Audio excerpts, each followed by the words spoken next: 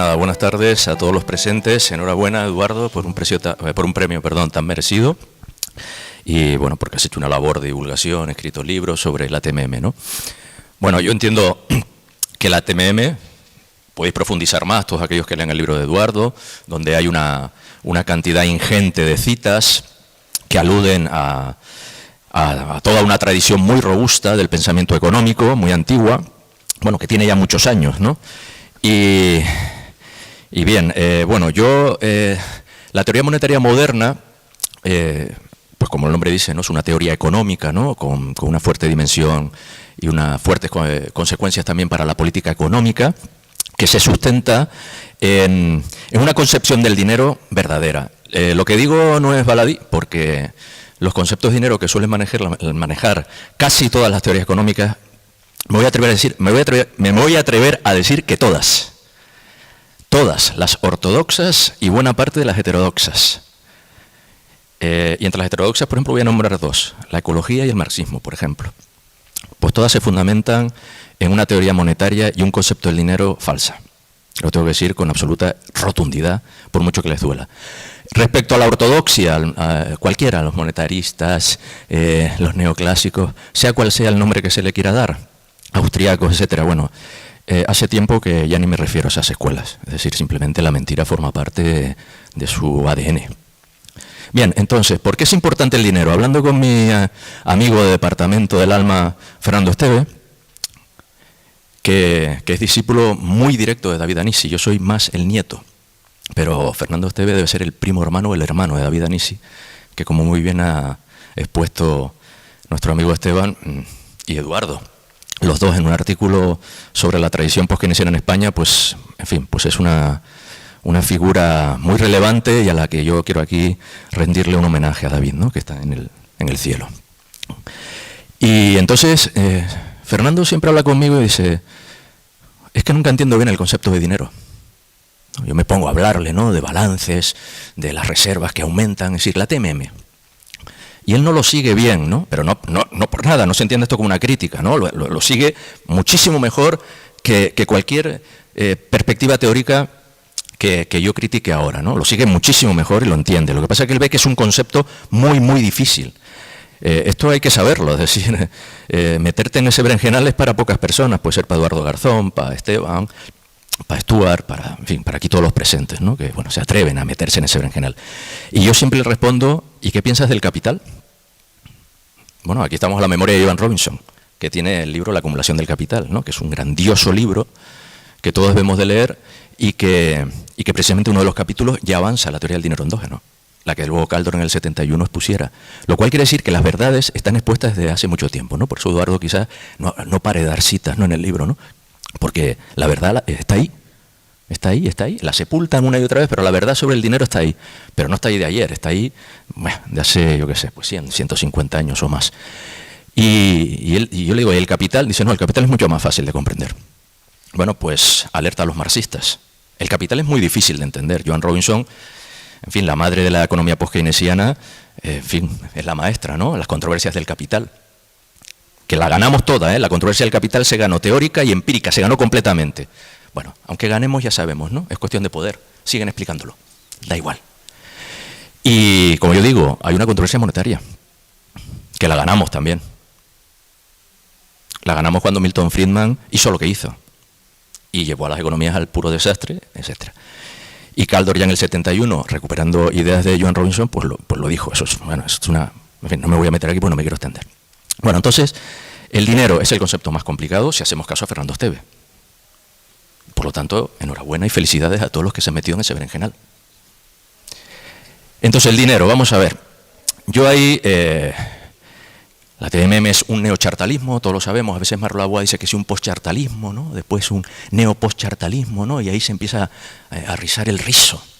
Bueno, yo lo que creo es que, como muy bien hace Eduardo en su libro, hay que ir al origen, aunque hayan orígenes anteriores, el origen es Knapp, 1905, el famoso libro con el que Keynes abre toda el Treatise on Money, casi, no sé si la mitad del primer capítulo, es toda la teoría de Knapp, del dinero chartal.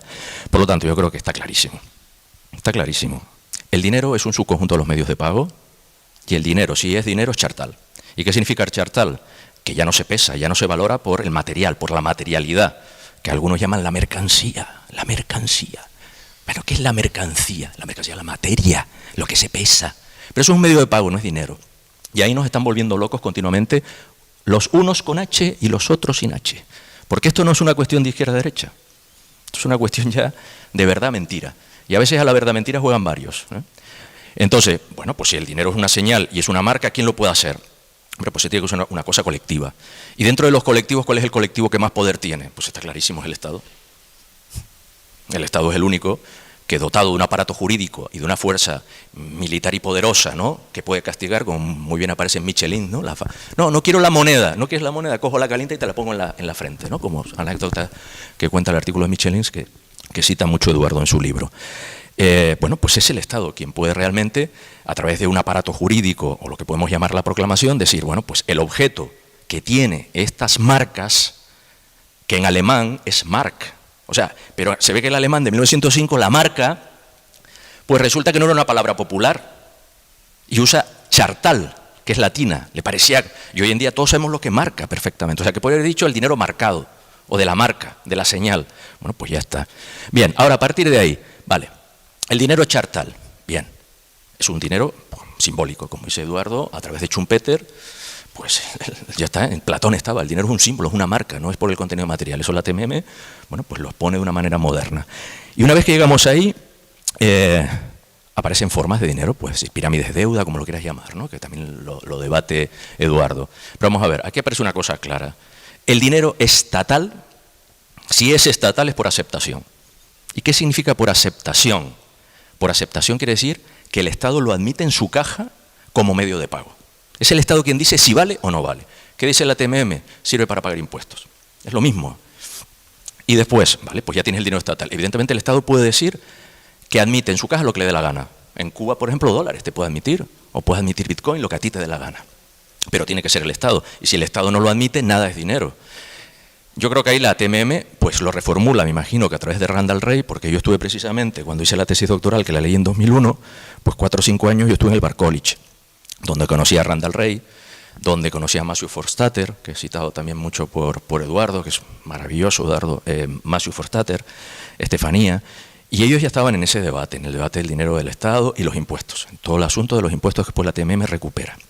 Y después una cosa que a mí me hacía mucha gracia, que es que riéndose de Friedman, del monetarismo, como los monetaristas dicen, no, la política monetaria es la de la cantidad de dinero, ¿no?, en esa mentira y ese absurdo de negar la realidad y la verdad, que es que la política monetaria es el tipo de interés. Pero bueno, ellos en esa época, pues, como los ortodoxos estaban locos, hablaban de expectativas racionales, pues decían cualquier cosa.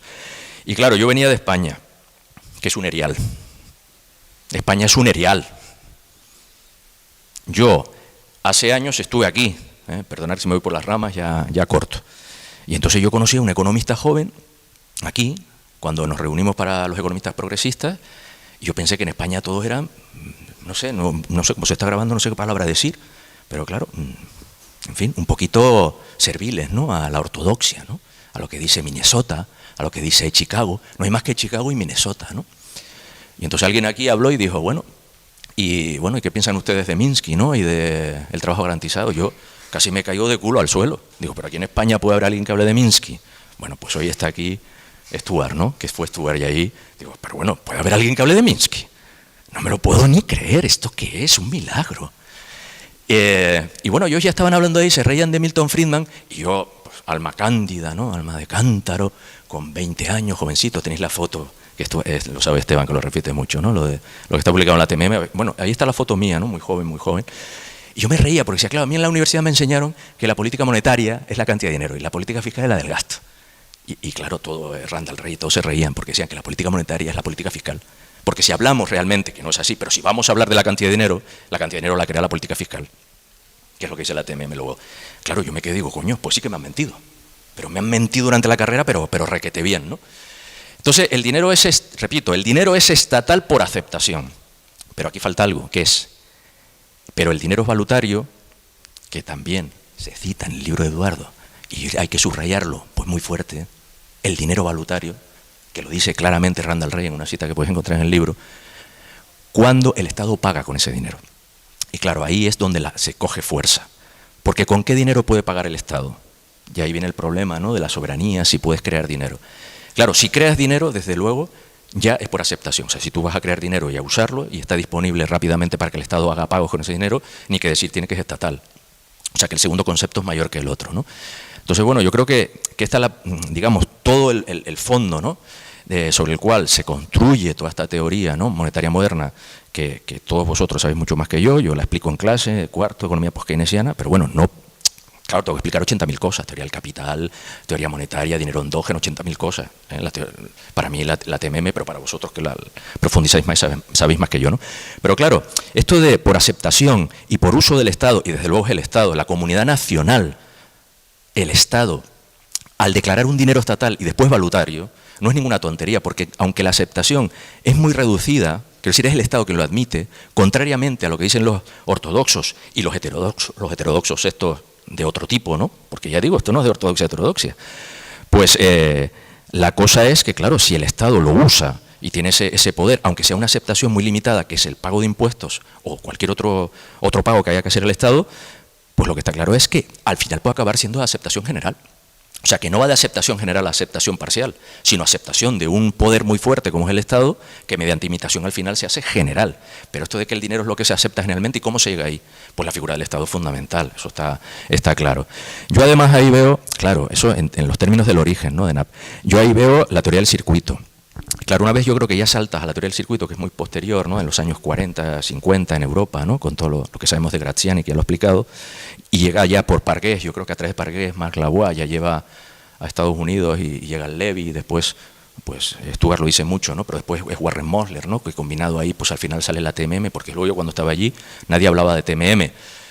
Toda esta cuestión de los neochartalistas era una rama de los post-keynesianos, todavía no había aparecido como algo con tanta entidad. Y entonces aquí yo lo que creo es que, bueno, ¿qué sucede si el Estado crea dinero a través de un banco central? Pues hombre, pues que ya el poder que tiene, ¿no?, de la creación de dinero y su relación con la destrucción, porque claro, primero por creación, por destrucción, todo este juego de creación, destrucción de dinero, pues claro, eso juega y toma unas dimensiones enormes. Bueno, por no enrollarme, porque me estoy enrollando mucho.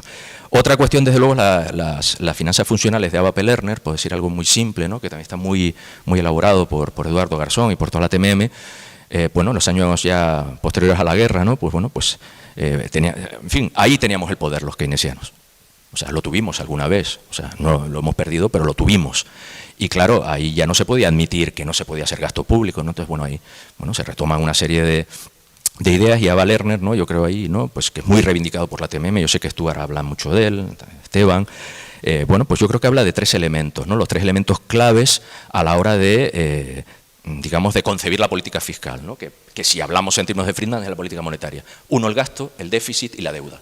Y dice tres cosas importantísimas que yo creo que la TMM, y si no Stuart me corregirá, lo dice con claridad. El gasto no es una cuestión de dinero, es decir, si el Estado crea el dinero es un absurdo, pero vamos, después claro, en fin, después te vienen, en fin, las cantinelas de siempre, pero bueno, ya es que aburren. Si el Estado crea el dinero no es un problema de dinero, es un problema de recursos reales que está muy dicho. O sea, pero vamos, es que eso es verdad, o sea, es que eso no es indiscutible. Segundo, respecto al déficit, ¿no? Bueno, basta solo escuchar YouTube, ¿no? Jope. ¡Ay, Europa! La von der Leyen, la Brujan-Leyen, todos, de un lado, de otro, ahora 800.000 millones, no sé qué, automáticamente, déficit, inflación, ya está. Pero todos, es increíble, hace falta más TMM. Yo sé que es muy complicado, habéis luchado muchísimo, nadie, en fin, esto es comunerial, aquí hay sordos por todos lados, y yo aquí tengo que romper una pica por la TMM de España, porque son unos economistas tenaces ahí, luchando y luchando, contra viento y marea, a ver si descubrimos América. Yo os soplo un poco. Y que respecto al déficit, ¿vamos a seguir diciendo esto del déficit? Pues no.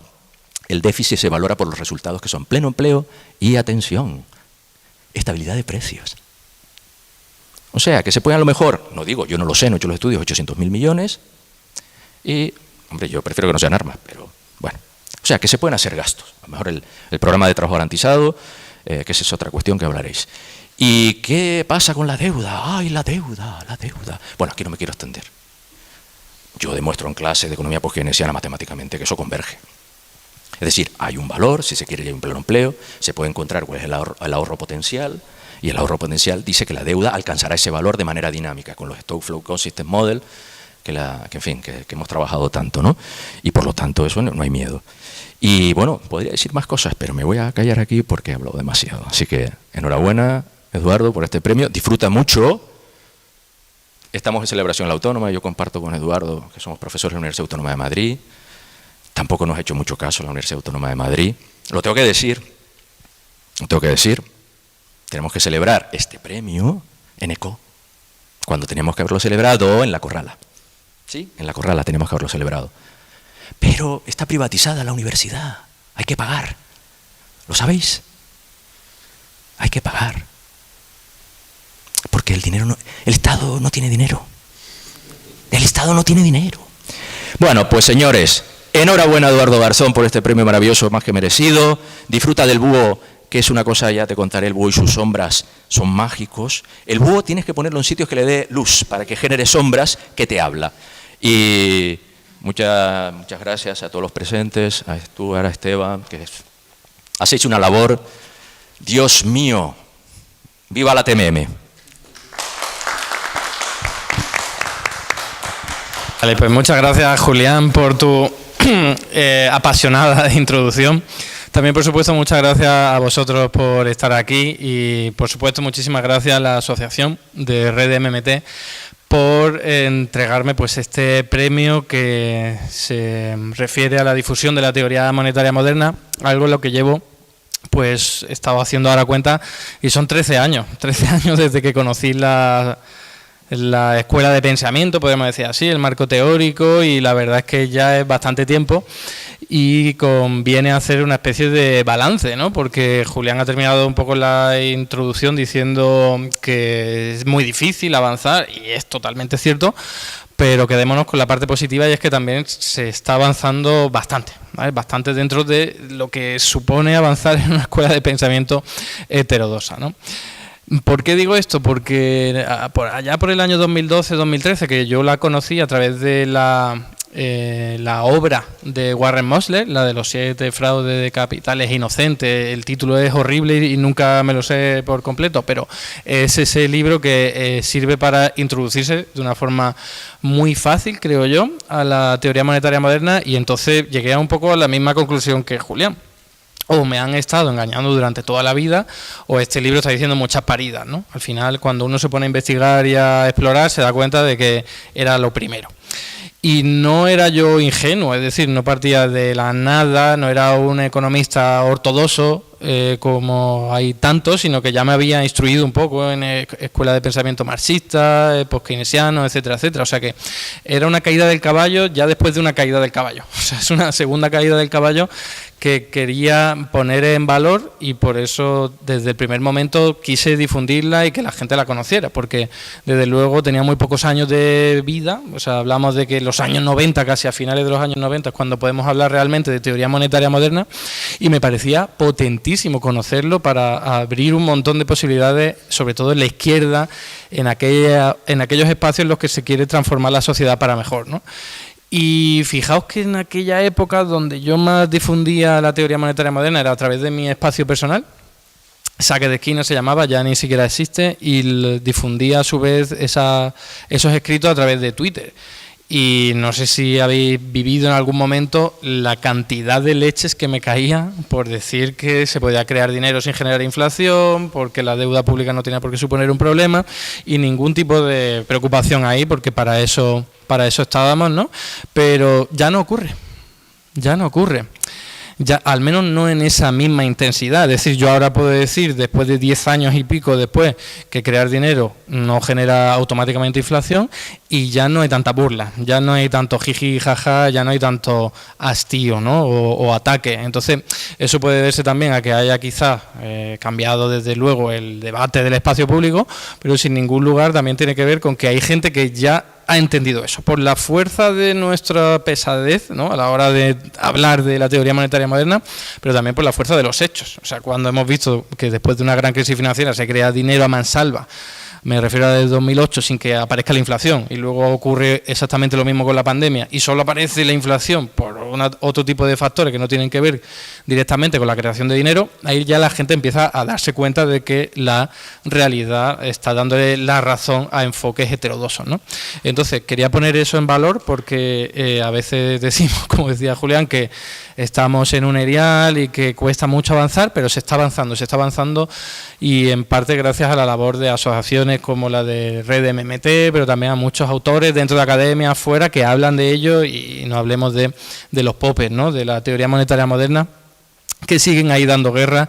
Y como decía, es súper interesante incluso para los debates actuales. De hecho, ahora que se está hablando tantísimo de gasto militar, y no paro de ver analistas de izquierda haciendo siempre la misma simplificación de si va a haber más gasto militar, significa que vamos a tener que recortar en pensiones, en Estado social en general, en sanidad, educación, dependencia, etcétera, etcétera, ¿no? Y es una falsa conclusión, porque cuando uno entiende que el dinero es una abstracción y que se crea libre voluntad, no hay una dicotomía, es una falsa dicotomía la que nos presentan. En realidad, la dicotomía, los problemas, los límites tienen que ver con los recursos reales, no con la cantidad de dinero. Pero es que cambia muchísimo el discurso. Yo sé que lo hacen con buena intención, es un discurso pacifista.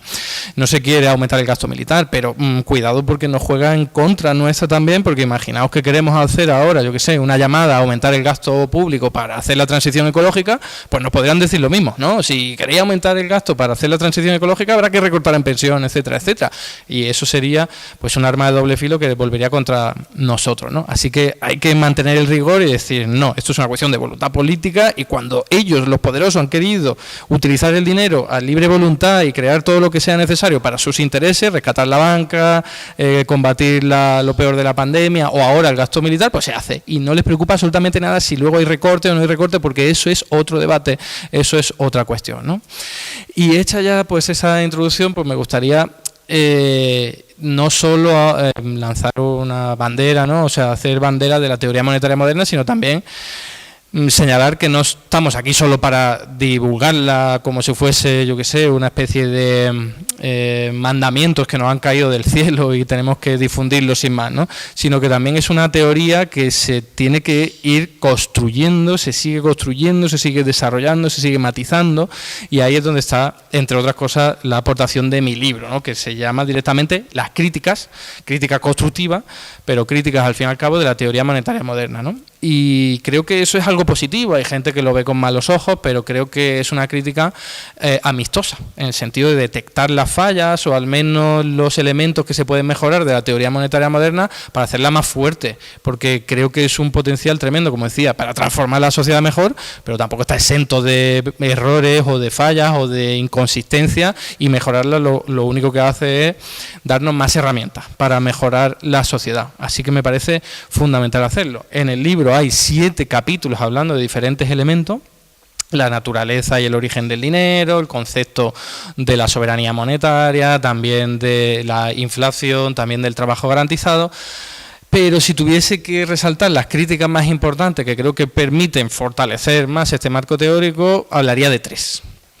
La primera sería el concepto del origen y la evolución del dinero, porque siempre todos los historiadores, o casi todos, tienen en la cabeza, no hablemos de los economistas clásicos, que el dinero es una especie de superación de los inconvenientes del trueque, y eso se repite a mansalva, siempre incluso reconocido por Karl Menger, uno de los principales propulsores de esta visión evolutiva del dinero, que reconoció él mismo que era una visión lógica. O sea, que no tenía pruebas, no tenía ahí algo que le diera la razón, sino que decía, esto me suena a mí que tuvo sentido porque es un procedimiento lógico, pero no lo demostró.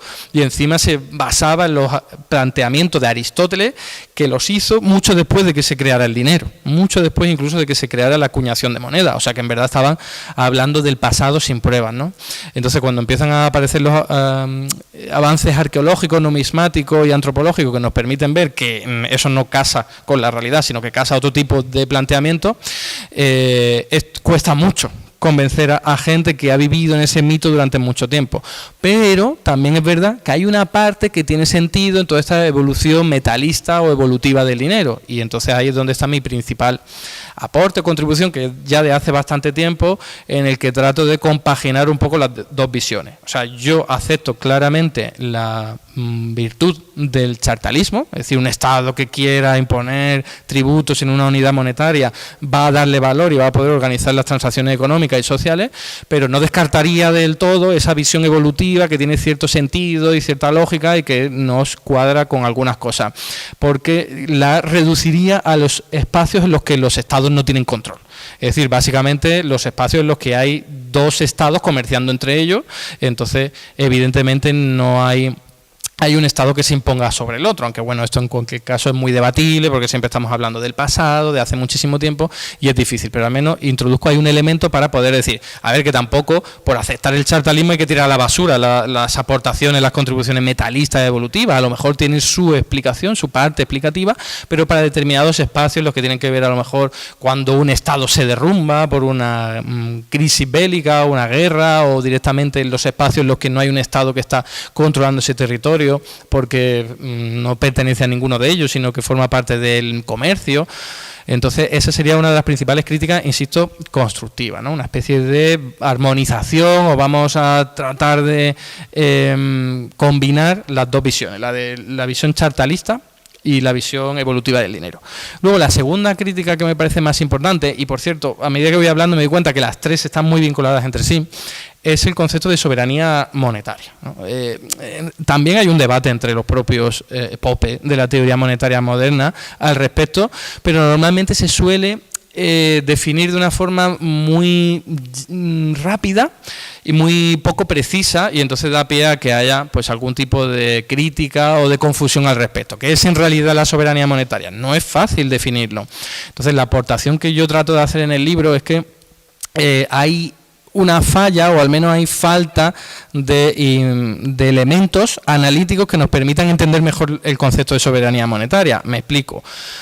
Como suelen hacer los economistas, pues nos centramos mucho en la parte económica de la vida, pero la parte económica es solo una de tantas, y la política, la del poder, esa es muy importante. Y creo que a pesar de que el chartalismo se basa en poder, porque está diciendo el Estado con su arrogancia de poder puede, ¿no?, su prerrogativa de poder puede imponer por la fuerza cuál va a ser la unidad monetaria, luego a la hora de definir la soberanía monetaria, fijaos que se quedan en un Estado que crea una unidad de cuenta, que emite a libre voluntad, que al fin y al cabo no se endeuda en una moneda extranjera y que ese dinero que está creando no la vincula a ningún otro activo. Es todo muy de economía y no habla ahí de poder, habla de decisiones de voluntad política, ¿no? Pues yo decido esto como Estado que soy soberano y punto y pelota, ¿no? Todos los Estados que no caigan ahí no son soberanos en términos monetarios, pero está dejando de lado, desde mi punto de vista, la cuestión del poder. No es lo mismo ser Estados Unidos con tu soberanía monetaria, que eres la potencia hegemónica, hasta el momento lo sigue siendo, militar, cultural, tecnológica, económica, etcétera, etcétera, que ser, yo que sé, cualquier país que nos podamos imaginar, como por ejemplo Argentina, que tiene su moneda propia, aunque se endeude en una moneda extranjera parcialmente, pero desde luego eso no le puede brindar el mismo margen de maniobra que al de Estados Unidos, ¿no? Entonces, hay aportaciones por parte de algunos keynesianos que me parecen interesantes, pero también, sobre todo, lo de los marxistas, que te hablan mucho en el poder. Estados Unidos tiene la potencia del dólar porque tiene poder detrás y, al fin y al cabo, está imponiendo por la fuerza la utilización del dólar a nivel internacional. Y fijaos que cuando uno tiene en cuenta eso, la clasificación que siempre hace la teoría monetaria moderna cambia, que es primero Estados Unidos, luego serían quizás las demás potencias como el Reino Unido, Australia y tal, y luego después de ella estarían incluso las economías que son pobres o están en desarrollo, pero que no han vulnerado esos preceptos de soberanía monetaria que decía, y luego después de ella está la eurozona, porque no, o cualquier país de la eurozona, mejor dicho, porque no tiene soberanía monetaria plena. Y sin embargo, cuando uno introduce el poder y el alcance que tiene, por ejemplo, la zona euro, el euro como elemento que lo simboliza, la cosa cambia. que podemos estar todos más o menos de acuerdo en que España está en una mejor situación, aunque esté en una situación complicada, difícil por pertenecer a una unión monetaria absolutamente neoliberal, pero está en una mejor situación que, por ejemplo, un país del centro de África que no se haya endeudado en una moneda extranjera y que tenga soberanía monetaria según esa definición, que ahora que lo pienso tampoco sé si hay muchos por ahí, pero imaginemos que hay algunos, entonces en realidad España tendría una mejor situación, a pesar de no tener soberanía monetaria según esa definición. Por lo tanto, creo que enriquece el concepto introducir la cuestión del poder, ¿no? Podríamos decir Estados Unidos está en el primer lugar en esa cúspide o pirámide o jerarquía de moneda, pero luego muy cerca estaría la eurozona, cualquier país de la eurozona, por ese potencial económico, cultural, tecnológico que tiene, ¿no? Y luego la tercera crítica, muy relacionada con todo lo anterior, es que las aplicaciones de la teoría monetaria moderna, que ya sabemos que la única aplicación sería, oye, pues ese 20% del total, que es el trabajo garantizado, el resto es simplemente una descripción de cómo funcionan los sistemas monetarios modernos, pues no tiene el mismo alcance, el mismo potencial en un país de los potentes en esa jerarquía de monedas que en un país mucho más débil, ¿no? Entonces, por seguir con los mismos ejemplos, Estados Unidos está en la mejor situación posible y por eso también desde allí ha triunfado mucho más la teoría monetaria moderna para poder decir, pues trabajo garantizado, me preocupo solo de esto y paso del tema del dinero que va a tener esta moneda en comparación con otras, porque al fin y al cabo puedo introducir tanta cantidad de dólares como prácticamente quiera sin que vaya a perder su valor, porque te van a aceptar los dólares en el extranjero para guardarla de reserva internacional, para comprar otros activos, para los intercambios comerciales, o sea que al fin y al cabo eso está asegurado. Y luego tendríamos pues la situación opuesta en la que estarían países como Argentina, por seguir con el mismo ejemplo, en el que tienes que tener muy presente cuál va a ser el valor de tu moneda en relación a la que se utiliza a nivel internacional, ¿no? Entonces eso cambia las cosas, porque en Argentina no pueden decir ahora de la noche a la mañana. Imaginemos que ya ni siquiera tuviesen deuda en dólares, que eso es lo que de verdad es una losa para una economía como la Argentina y otras muchas, ¿no? Pero imaginemos que no tuviesen esa losa. Tampoco podrían decir, venga, vamos a tener un trabajo garantizado para llegar al pleno empleo y nos da igual el nivel o el tipo de cambio al que llegue nuestra moneda cuando nos pongamos en marcha. O sea, tiene que haber un margen de maniobra en el que eso se pueda hacer, un margen de actuación, y otro en el que no, otro en el que cuidado que el tipo de cambio te va a acabar generando inflación importada. Entonces aquí ya introducimos los posicionamientos ideológicos de qué preferimos, ¿no? Pues tener cierta inflación y llegar al pleno empleo, perfectamente legítimo, de hecho mucho más preferible seguramente que tener a un montón de gente en el desempleo teniendo poca inflación, pero cuidado porque una inflación importada en estructura productiva poco diversificada, con una dependencia del sistema mundo, en su inserción exportador tan débil, pues en realidad te genera muchos problemas que desde mi punto de vista creo que la teoría monetaria moderna no ha prestado suficiente atención, porque en parte ha sido desarrollada por economistas de Estados Unidos y no le ha hecho falta, y sabemos que hay ya avances como los de Fadel Kaboub y otros economistas que ponen mucho énfasis en esto, y me parece que le da potencia para, sobre todo, a tapar las críticas de esto está solo pensado para Estados Unidos. Oye, pues a lo mejor en un primer momento será así, pero esto se puede ir mejorando. Y no quiere decir que las enseñanzas de la teoría monetaria moderna no sirvan para economías en desarrollo, sino que, cuidado, que sirven para lo que sirve. Una economía muy pobre, con pocos potenciales económicos de recursos reales, va a tener muchas más limitaciones, pero al menos que los aproveche al máximo la cantidad de recursos reales. Y eso te lo brinda la teoría monetaria moderna, pero insisto, con ese cuidado, con esa alarma de que no puedes hacer lo mismo que podría hacer Estados Unidos, ¿no? Desde un punto de vista, ya con esto acabo, ideal, utópico, absolutamente imposible de aplicar de la noche a la mañana, sería que Estados Unidos o cualquier otro organismo a nivel internacional pues inyectase la cantidad de moneda a nivel internacional que hiciera falta para mejorar las economías de todos los países. Una cosa que encontré en el libro del mito del déficit de Stephanie Kelton y que al menos en términos analíticos, en términos teóricos me parece muy potente. Pues si Estados Unidos puede inyectar la cantidad de dólares que quiera sin que haya ningún tipo de desequilibrio, que lo haga para favorecer a las economías que necesitan desarrollarse. E insisto en que eso es utópico y tal, pero al menos en términos teóricos te permite ver que si hubiese una organización a nivel mundial se podría lograr el pleno empleo en todo el mundo y no dejar que cada país actuara por su cuenta, porque evidentemente en esta jerarquía de monedas a nivel internacional, con esas dependencias, con esos niveles de poder, pues la cosa no está tan fácil para las economías en desarrollo. Y nada más, pues simplemente agradecer de nuevo la entrega del premio. Yo creo que mucha más gente se lo merece, porque aquí estamos muchos poniendo de nuestro granito de arena para ello, pero pues insisto, muchísimas gracias y esperemos que sigamos trabajando en ello, que nos queda mucho trabajo por hacer.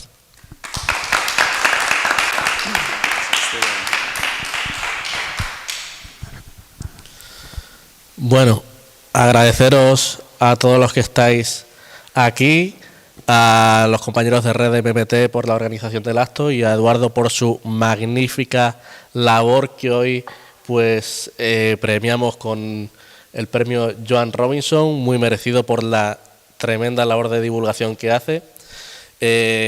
Su YouTube, en YouTube realmente tiene vídeos todos los días, no sé cómo lo hace, no sé cómo tiene tiempo para tanto, pero no solo de lo que es la actualidad y la teoría monetaria moderna, sino que estamos aprendiendo con él muchísimo de todos los economistas y enfoques afines que permiten complementar también y poner en diálogo a la teoría monetaria moderna, pues con la economía institucionalista, la economía postkeynesiana, la economía ecológica y bueno, realmente hace una labor magnífica.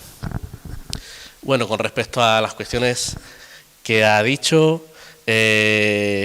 efectivamente su libro es una buena guía para conocer las críticas que ha habido y hay sobre la teoría monetaria moderna, muchas de ellas malentendidos, que bueno, han sido contestados y se ha visto que había simplemente una cuestión de terminología, una cuestión de grado o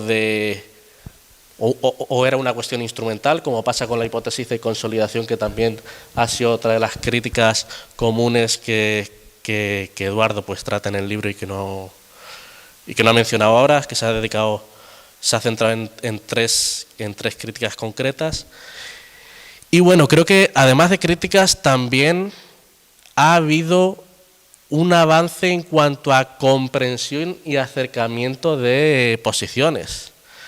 En estas críticas, a lo largo del tiempo, cuando han sido contestadas y han tenido diferentes rondas y ha habido pues nuevas aportaciones que han partido de estos debates, muchos de estos economistas dicen, sí, estoy de acuerdo en este planteamiento desde este enfoque, ahora que hemos aclarado este punto, y creo que necesitamos complementar el enfoque de la teoría monetaria moderna con esta otra cuestión.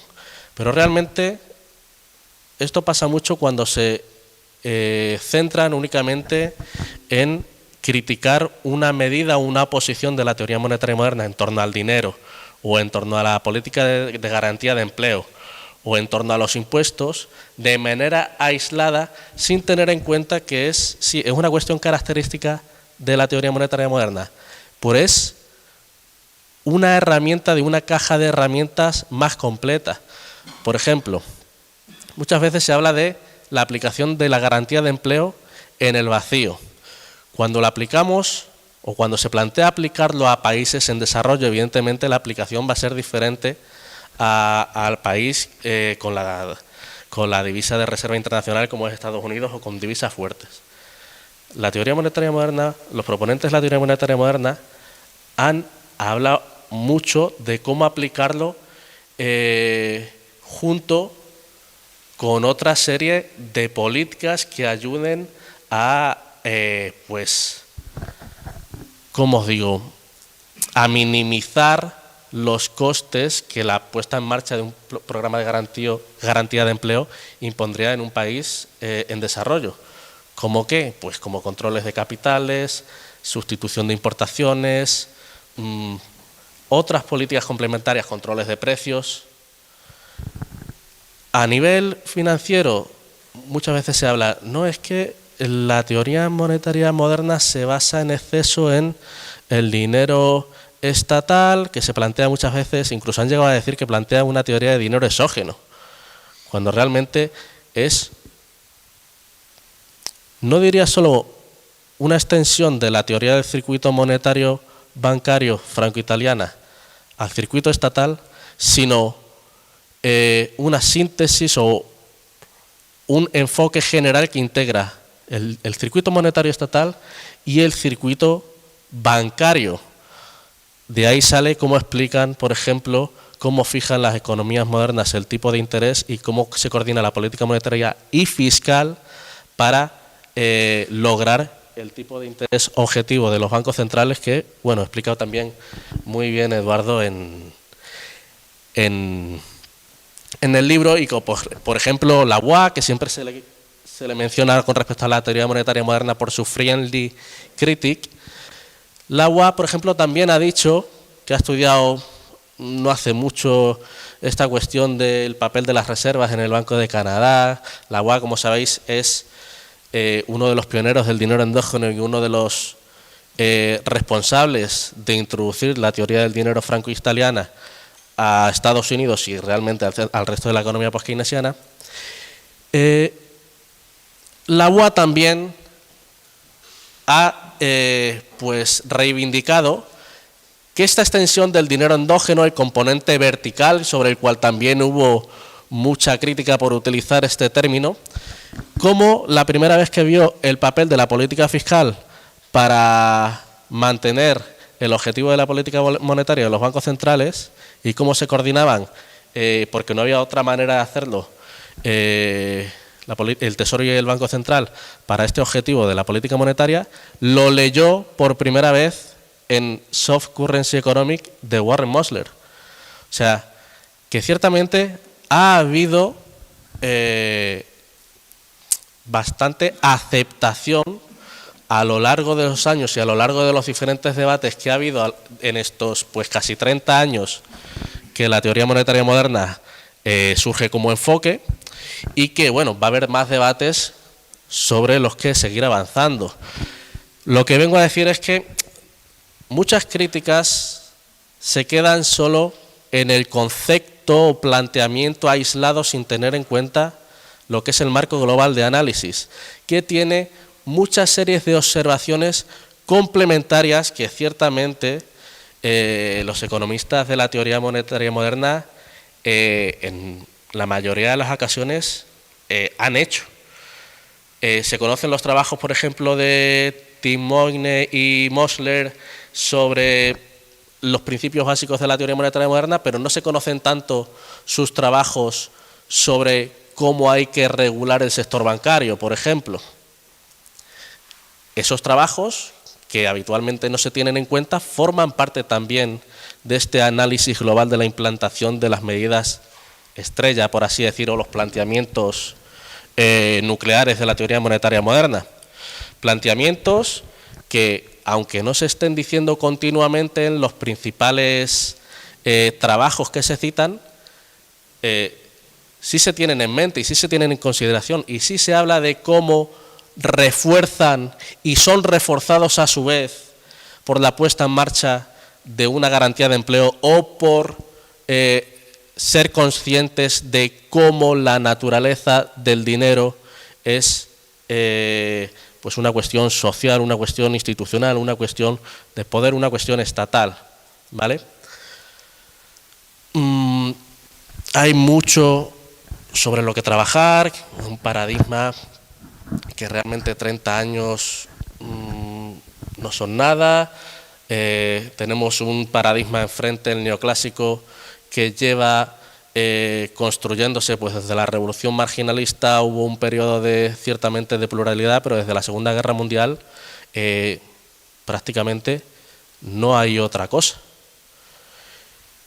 Y creo que, y los post-keynesianos esto también lo han valorado, la teoría monetaria moderna ha sido capaz de introducirse por las grietas de la sabiduría convencional y alcanzar muchos puntos de este sentido común, de esta mitología neoclásica que ahora están siendo pues discutidos y que no están siendo simplemente presupuestos como siempre. Los periodos en los que ha habido unas políticas revolucionarias y un peso del sector público y de la participación del trabajo en el PIB mucho mayor que el que hay ahora, han sido momentos donde no se han dado por supuestos las cuestiones sobre el dinero, y el dinero ha pasado a ser una cuestión a discutir democráticamente y públicamente, como pasó o como ha pasado, por ejemplo, en la guerra estadounidense, en la guerra civil estadounidense, como pasó con la depresión de los años 30 y el Green New Deal, y cuando después de la Segunda Guerra Mundial todo este movimiento, toda esta fuerza que había sobre el debate público quedó en un segundo plano y no ha vuelto a recuperarse hasta que ahora se está volviendo a recuperar. En estos, ya no es solo el enfoque de la teoría monetaria moderna en sí. Eduardo mencionaba la fuerza de los acontecimientos. Muchas de las cuestiones que decimos sobre cómo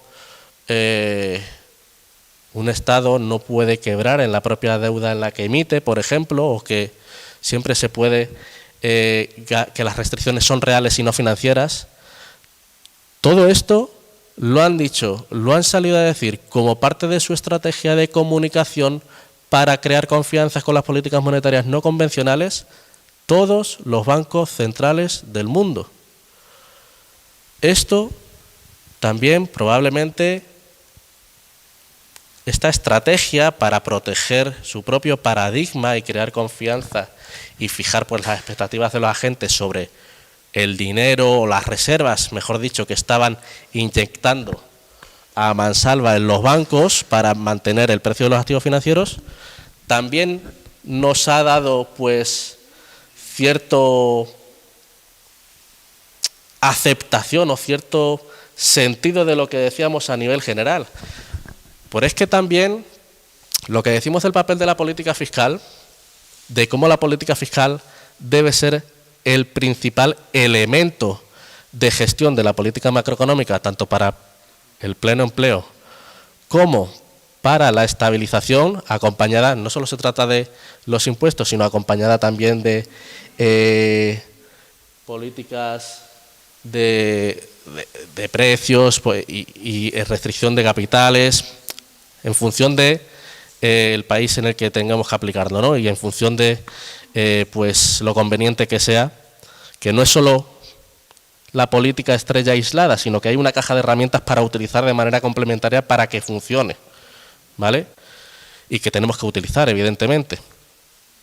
Bueno, me estoy perdiendo porque me estoy enrollando muchísimo, pero bueno, lo que vengo a decir es que desde los acontecimientos, la propia teoría neoclásica, con su perdición en torno a qué hacer con la política monetaria, como hemos visto durante la crisis financiera, como también el papel de otros elementos, como por ejemplo la histéresis, las cicatrices que quedan en la producción potencial cuando ocurre una crisis como la que hemos sufrido, o el estancamiento secular, ellos mismos estaban a favor diciendo que era el momento de abandonar, dejar aparcada la política monetaria y que era el momento de probar pues nuevos planteamientos de política fiscal.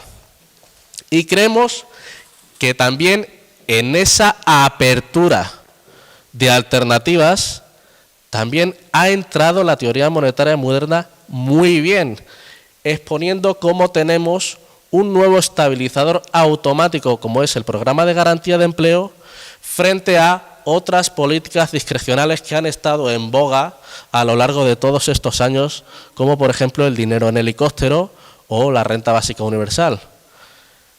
Ese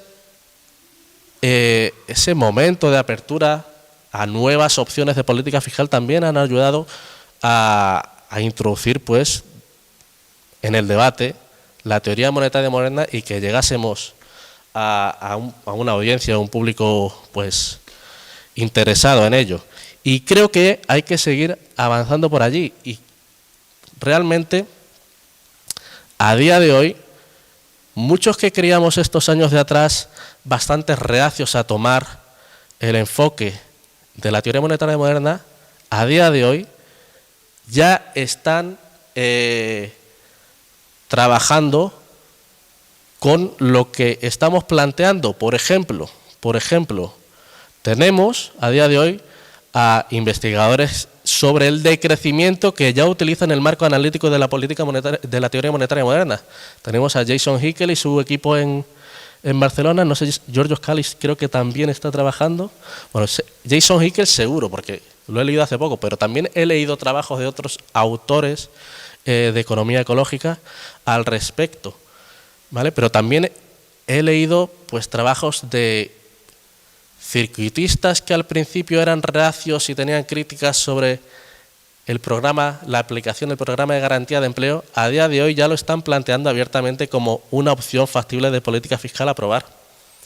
En sus modelos, cuando se están aplicando modelos de cómo funcionaría en este modelo, en un modelo stock flow consistent o en el supermultiplicador como gasto autónomo, un programa de garantía de empleo frente a otras opciones de política, están viendo, con todas las limitaciones que suponen los modelos y el cierre de los supuestos elegidos, que es una opción que en estos modelos supera los resultados de las otras opciones. Pero es que estos modelos muchas veces no tienen en cuenta el papel sobre la productividad social como fenómeno social. La productividad no es una cuestión independiente del propio trabajador, sino social, de cómo cuidarnos, de cómo introducir programas de garantía de empleo, movilizar recursos reales para atender una serie de necesidades que nos liberan como sociedad, permite que hagamos las cosas de una forma más eficiente. Eso también es una forma de reducir costes económicos que hoy tenemos, pero también de mejorar la productividad global. Todas estas cuestiones son muy difíciles de añadir y de introducir en los modelos, ¿vale? Hay que tenerlas en cuenta, pero ya vemos cómo hay mucha gente trabajando en esto, o cuestiones simplemente de Parguez decía, bueno, es que el circuito, en la teoría del circuito, el circuito siempre se debía cerrar, pero si planteamos el circuito estatal, la política fiscal a partir del gasto estatal, esto en un paper de 2022, creo, con Thiebaud, creo que se llama, decía, el gasto estatal no tiene por qué cerrarse, no tenemos que detraer de la economía a través de impuestos todo lo que se ha ingresado a través del gasto. El circuito estatal se puede quedar abierto. Es una alternativa al endeudamiento continuo en diferentes periodos que tenía el circuito como explicación pues general de cómo funcionaba el capitalismo, ¿no? Al final se está avanzando diferentes aspectos, incluso desde el lado marxista se está planteando, ya no son cuestiones de marco teórico operativo o de si funciona o no, si es una locura, si estamos planteando el circuito de mal o el capitalismo mal, sino que por qué estamos proponiendo un programa de empleador de último recurso en lugar de un programa de empleador de primer recurso. O sea, ya las cuestiones no están yendo a el capitalismo está funcionando o funciona como se explica desde la teoría monetaria moderna. No, ya lo están aceptando y están planteando. ¿Y por qué os quedáis aquí? ¿Por qué os estáis quedando en la figura de empleador de último recurso y no estáis yendo más allá? O sea, en los últimos años, el papel o la aceptación o la... ¿cómo os digo yo? Como se ve la teoría monetaria moderna, ha cambiado entre los propios críticos, pero también entre la gente que nos miraba reacios a entrar a discutir con nosotros y a aplicar nuestro enfoque. Se está haciendo. Y es un hecho, por ejemplo, que incluso en los países en vías de desarrollo, los países en desarrollo, hay un aumento del interés sobre la aplicación de la teoría monetaria moderna y cómo se puede aplicar. Desde el año 2019 Stuart está haciendo un trabajo sobre ello con Agustín Mario. Desde el año 2019 para acá, en la literatura económica estamos viendo un auge en las cuestiones relativas a la teoría monetaria moderna y los países en vías de desarrollo. Hay mucho todavía que discutir, muchas cuestiones que ajustar, pero realmente se está produciendo un avance y creo que la labor que hacemos debatiendo, arriesgándonos también en la investigación, porque es un riesgo al final, no publicas de la misma forma publicando trabajos neoclásicos que trabajos en un enfoque heterodoxo, especialmente la teoría monetaria moderna, que siguen siendo en muchas ocasiones, desde muchos ámbitos heterodoxos, reacios a ella todavía. No es lo mismo publicar cualquier cosa que publicas desde el enfoque neoclásico en un Q1 a publicar trabajos desde este enfoque en un Q3, Q4. Hay una cuestión que le da mucho valor a lo que estamos haciendo. Es un esfuerzo muy grande, es un esfuerzo a contracorriente, pero es un esfuerzo que también tiene unos costes de oportunidad importantes para nosotros, para Eduardo, que divulga e investiga en este enfoque, ¿vale? Y bueno, como no quiero, he hablado muchísimo, ¿vale? Simplemente lo dejo aquí y agradecer a Eduardo y muy merecido el premio. He hablado muchísimo. ¿Se oye, no? Bueno, pues oye, muchas gracias, Esteban.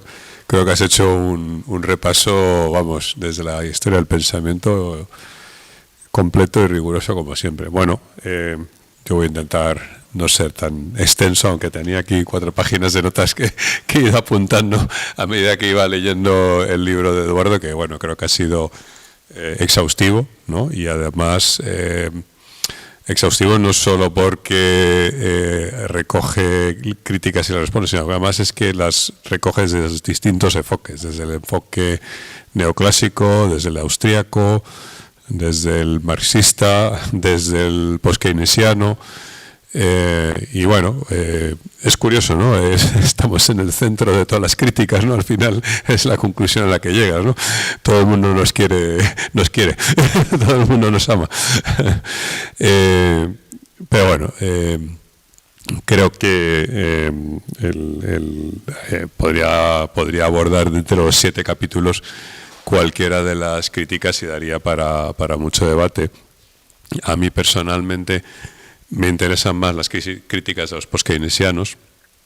Creo que los marxistas, o algunos de ellos, quizás por el legado, ¿no?, de la herencia ricardiana y las concepciones de dinero, mercancía que predominaban en el siglo XIX, hay algunos que no han conseguido encontrar cómo, al fin y al cabo, la teoría monetaria moderna puede complementar el análisis marxista, y es un poco más un problema de anclaje en una visión obsoleta que una realización de que aquí hay una oportunidad de que avance el pensamiento marxista. Y yo creo que con el tiempo muchos marxistas se irán dando cuenta de que la teoría monetaria moderna no es su enemigo, que es otra herramienta, es otro enfoque de análisis que complementa el análisis marxista, ¿no?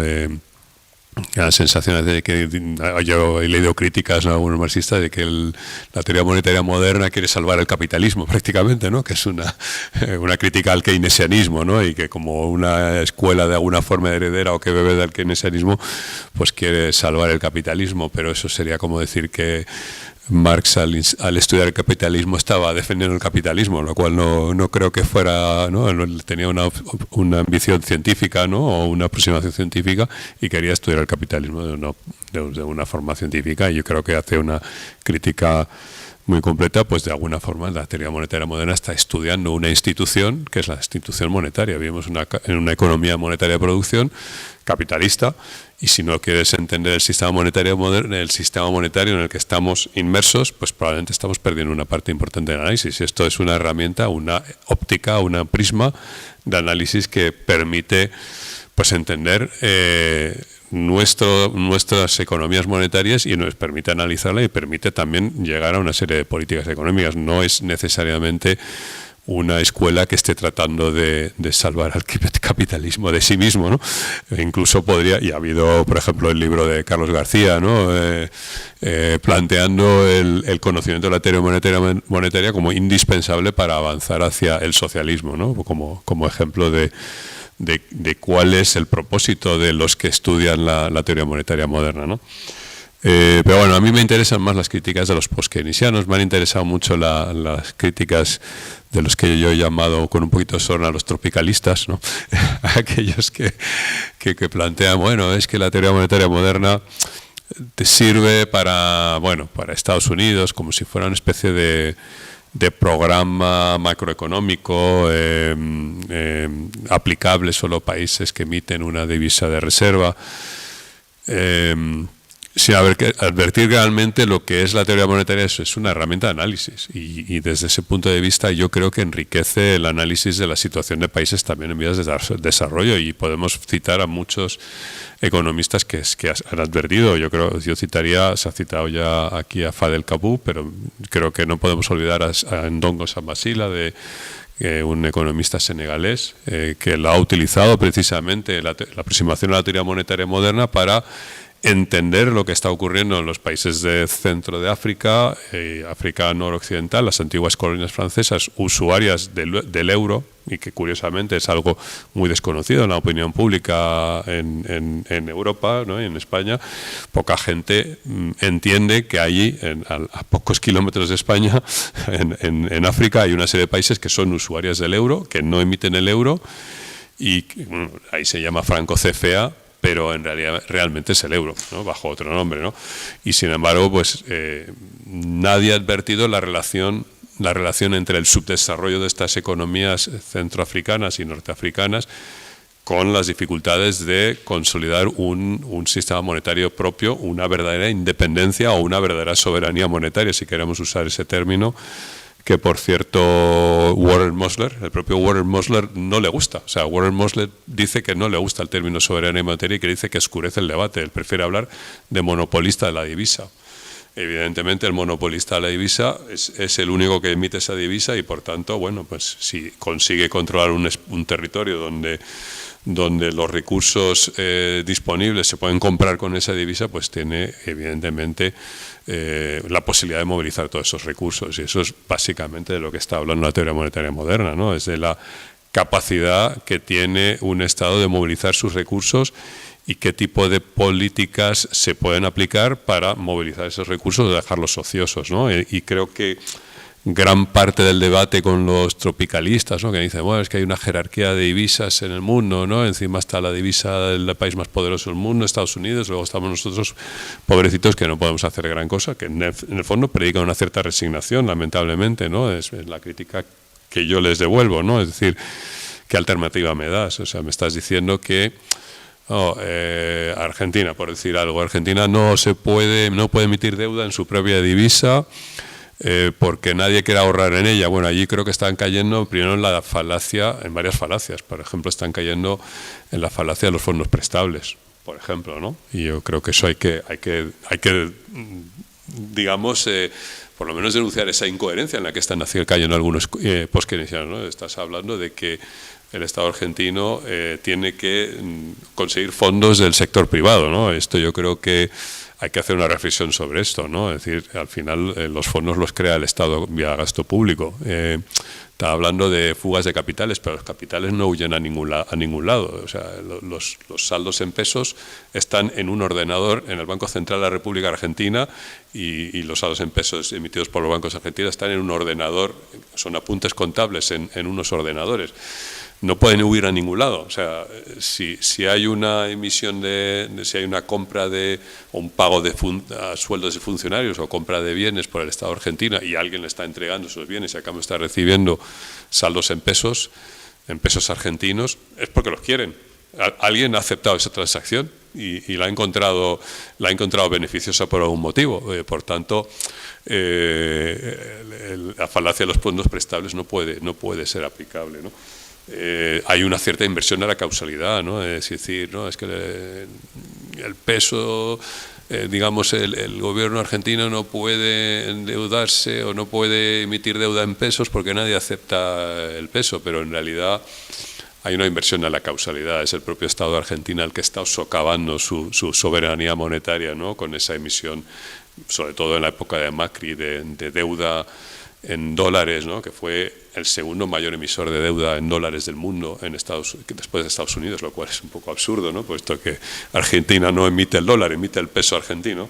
Entonces, bueno, quiero decir que al final esa crítica, no, es que debido a la jerarquía de divisas, pues Argentina no puede aplicar un plan de empleo garantizado, no puede aplicar políticas basadas en la aproximación en las finanzas funcionales.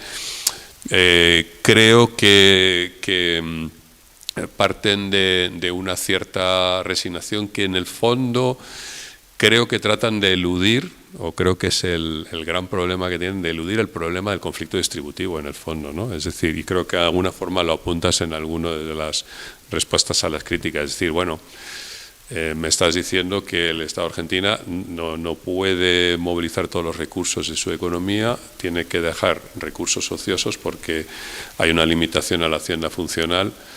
Pero en realidad lo que me estás diciendo es que no quieres abordar un conflicto distributivo, no quieres abordar las alternativas que te planteamos, ¿no? Tú estás defendiendo en realidad una serie de políticas muy cercanas a la ortodoxia de defensa de un tipo de cambio sobrevalorado, de un superávit en la balanza comercial, que exigen al final dejar a una parte de la población o sacrificar a una parte de la población, dejarla desempleada, con argumentos de que la alternativa puede ser una mayor inflación. No digo que sí ni que no, pero en realidad lo que estás haciendo es eludir el conflicto distributivo, ¿no? Esto creo que es el contraargumento en el que deberíamos centrarnos, ¿no? Me estás planteando un determinado modelo de desarrollo basado en exportaciones, ¿no?, que es el que utiliza China o el que utiliza Corea del Sur, ¿no?, para desarrollarse, ¿no?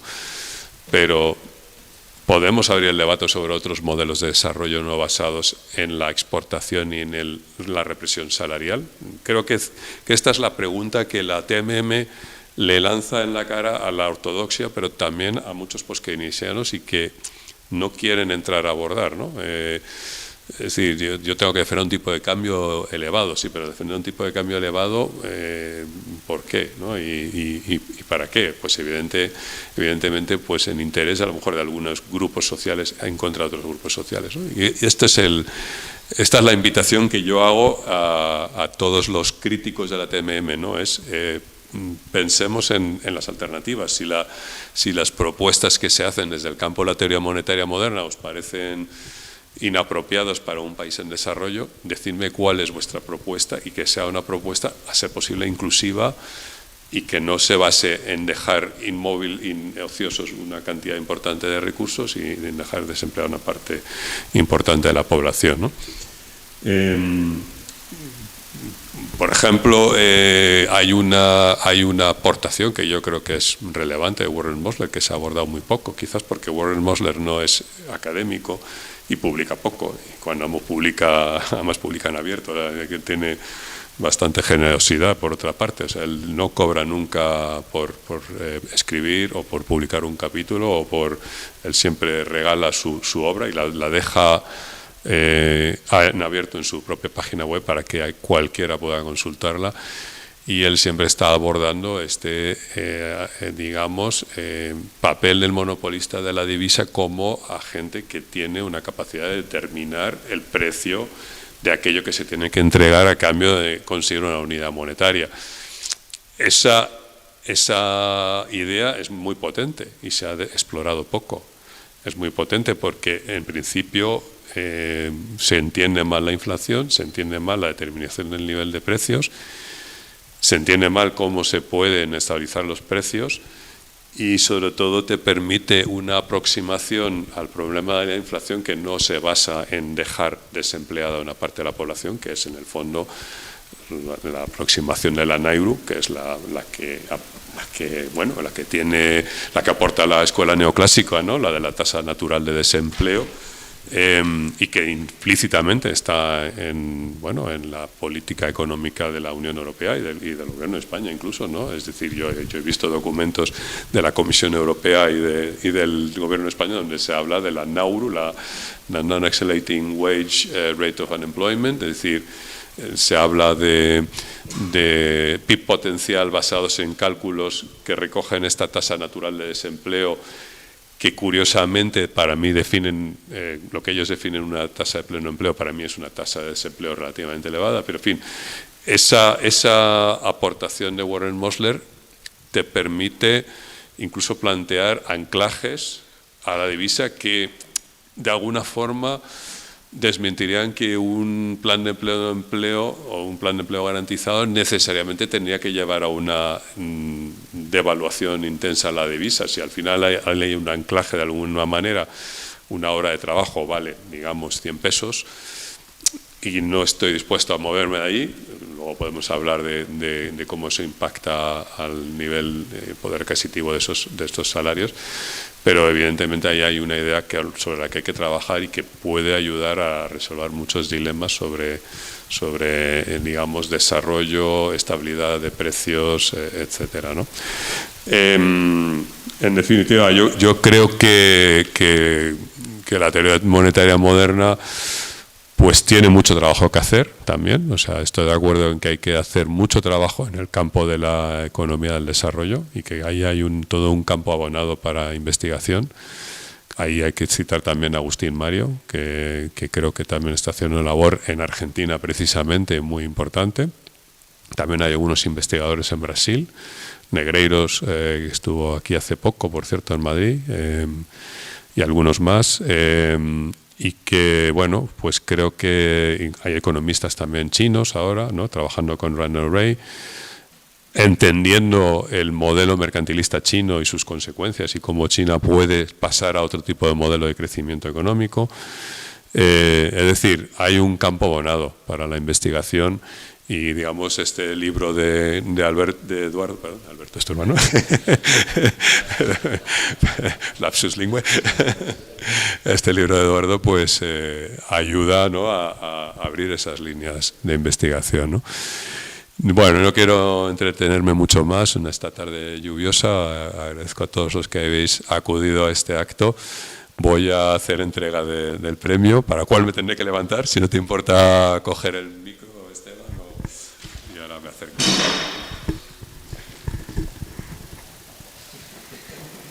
Que lo tenías que haber traído más cerca.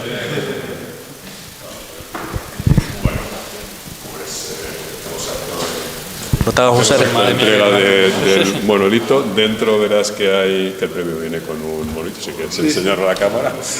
O el búho no podía faltar. El búho famoso que decía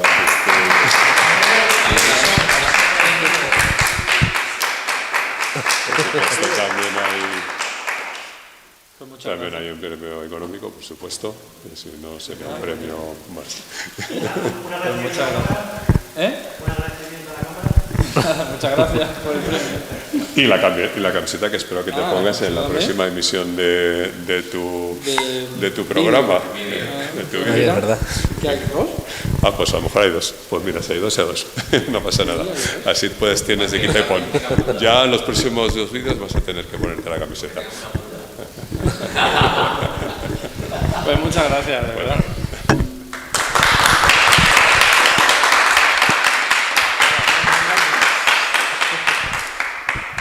Más de lo que ya he dicho, no. Bueno, pues ya cerramos el acto con la entrega del premio. Lo dicho, una magnífica labor y que esperamos que continúes y seguir viéndote cómo divulgas la teoría monetaria moderna y que siga llegando cada vez a más gente. Bueno, pues gracias a todos por venir.